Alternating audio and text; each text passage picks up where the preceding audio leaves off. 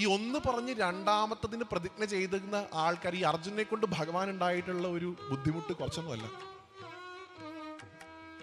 എപ്പോഴും ഈ ആത്മഹത്യാ പ്രവണത കാണിച്ചിരുന്ന ഒരു ക്യാരക്ടറായിരുന്നു ഈ അർജുനൻ. സന്താന ഗോപാലത്തിൽ നിങ്ങൾക്ക് കാണാം, അടുത്ത കുട്ടിയെ ജീവനോടെ കൊണ്ടുവന്നില്ലെങ്കിൽ ഞാൻ മരിക്കും. അപ്പോഴും പറഞ്ഞു. എന്തുകൊണ്ടാണ് ഈ അർജുനൻ ഇടയ്ക്കിടയ്ക്ക് ഞാൻ തീച്ചാടും എന്ന് പറഞ്ഞ് നിങ്ങൾ എപ്പോഴും ആലോചിച്ചിട്ടുണ്ടോ? എന്തുകൊണ്ടാ? പിടിക്കാൻ ഭഗവാൻ പുറകിലുണ്ട് എന്നുള്ള ഉറപ്പാണ്. പിടിക്കാൻ ഭഗവാൻ പുറകിലുണ്ട് എന്ന് ഉറപ്പുള്ളതുകൊണ്ട് അതിങ്ങനെ പറയണേ, ഞാൻ ചാടും, ഞാൻ ചാവും. ആ ഉറപ്പാണ് ഭക്തി കേട്ടോ. ആ ഉറപ്പ് എന്ന് വെച്ചാൽ നാളെ ചാടണം എന്നല്ല ഞാൻ പറഞ്ഞത്, ഉറപ്പ്. എന്ത് സംഭവിച്ചാലും എനിക്ക് എൻ്റെ ഗുരുവായൂരപ്പനുണ്ട് എന്ന് നിങ്ങൾക്ക് എപ്പോൾ നിങ്ങളുടെ മനസ്സിൽ ബോധ്യം വരുന്നോ, അതാണ് ഭക്തിയുടെ ആദ്യത്തെ ലക്ഷണം.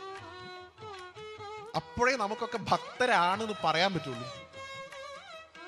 എന്ത് സംഭവിച്ചാലും എനിക്ക് എൻ്റെ ഭഗവാൻ ഉണ്ടല്ലോ എന്ന് പറയാൻ സാധിക്കുന്നവർക്കേ ഈ ടൈറ്റിൽ എടുത്ത് അണിയാൻ പറ്റുള്ളൂ. എന്ത്? ഗുരുവായൂരപ്പൻ്റെ ഭക്തൻ